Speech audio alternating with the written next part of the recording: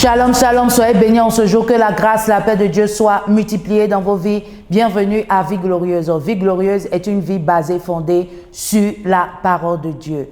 Et en ce jour, tu vas prendre avec moi Genèse 9, le verset 18. La Bible dit, le fils de Noé qui sortit de l'Arche était Sem, Cham et Japheth.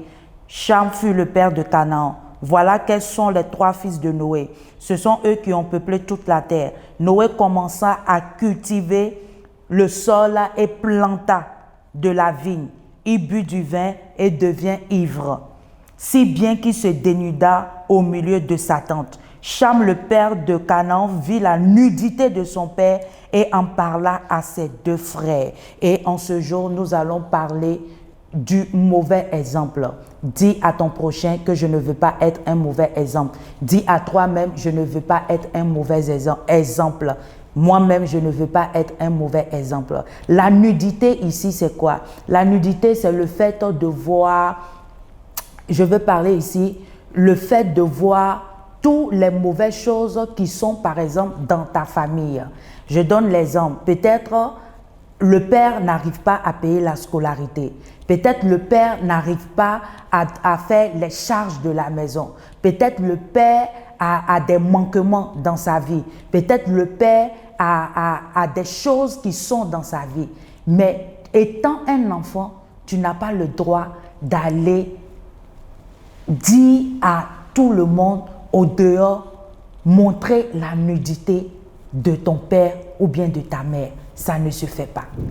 Ici, la Bible dit, Cham, Canaan vit la nudité de son père et en parla à ses deux frères. Il en parla à ses deux frères qui se trouvaient à l'extérieur. Eux, ils n'étaient pas là. Mais quand Cham a vu la nudité de son père, il est sorti pour aller dire à ses deux frères. Qu'est-ce qui l'empêchait de prendre un tissu, un pagne, une couverture pour couvrir son père? Mais il est sorti pour aller parler de tout ce qui se passait dans la maison, de tout ce qui était comme manque, de tout ce qui était comme nudité, de tout ce qui était comme honte de son père. Il allait dire ça à l'extérieur. C'est pour cela que je suis en train d'exhorter tout un chacun ce jour.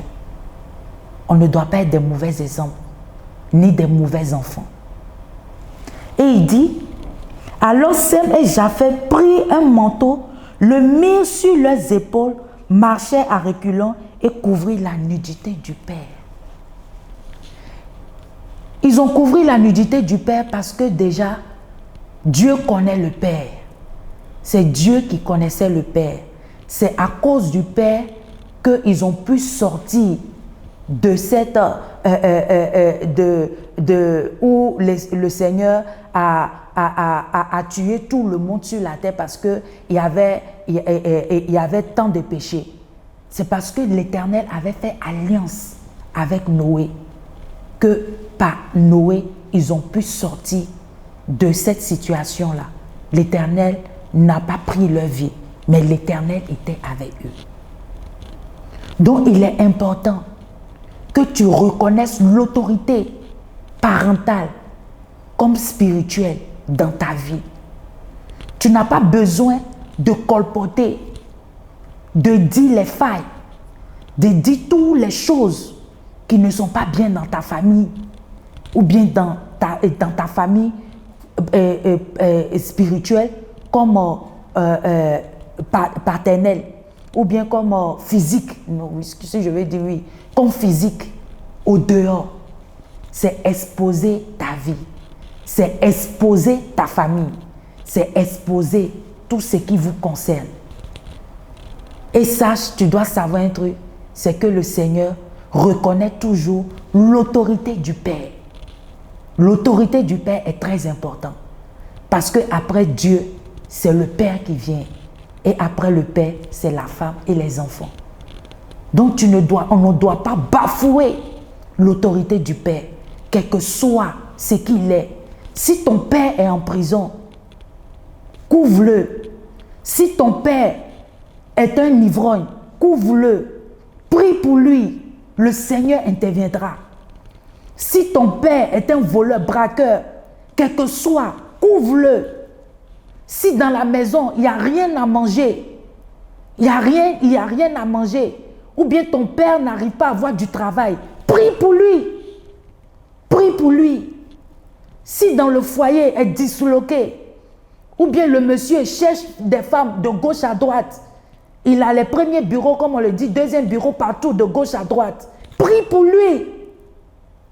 Mais ne l'expose pas. N'exposons pas nos pères. Parce que Dieu, c'est lui qui est leur conseiller. Et Dieu même, il s'en charge d'eux. Il se charge d'eux. Donc ne soyons pas, étant des enfants, des mauvais exemples. Ne sois pas un mauvais exemple. Et je prie pour toi en ce jour. Pour toi qui parles de ta famille, que ça soit physique, comme spirituel, partout, un peu partout. Je prie, comme la Bible même le dit, mon peuple périt par manque de connaissance. C'est parce que tu ne le savais pas que tu l'as fait. Aujourd'hui, tu le sais. Que l'Éternel te pardonne au nom de Jésus-Christ. Et que l'Éternel te donne cette grâce-là de couvrir ta famille, de couvrir ton papa, de couvrir ta maman, de couvrir tout ce qui leur concerne. Au nom de Jésus-Christ. Et si tu es là en ce jour, tu ne connais pas le Seigneur en tant que ton Seigneur sauveur personnel, j'aimerais te dire de choisir la bonne part.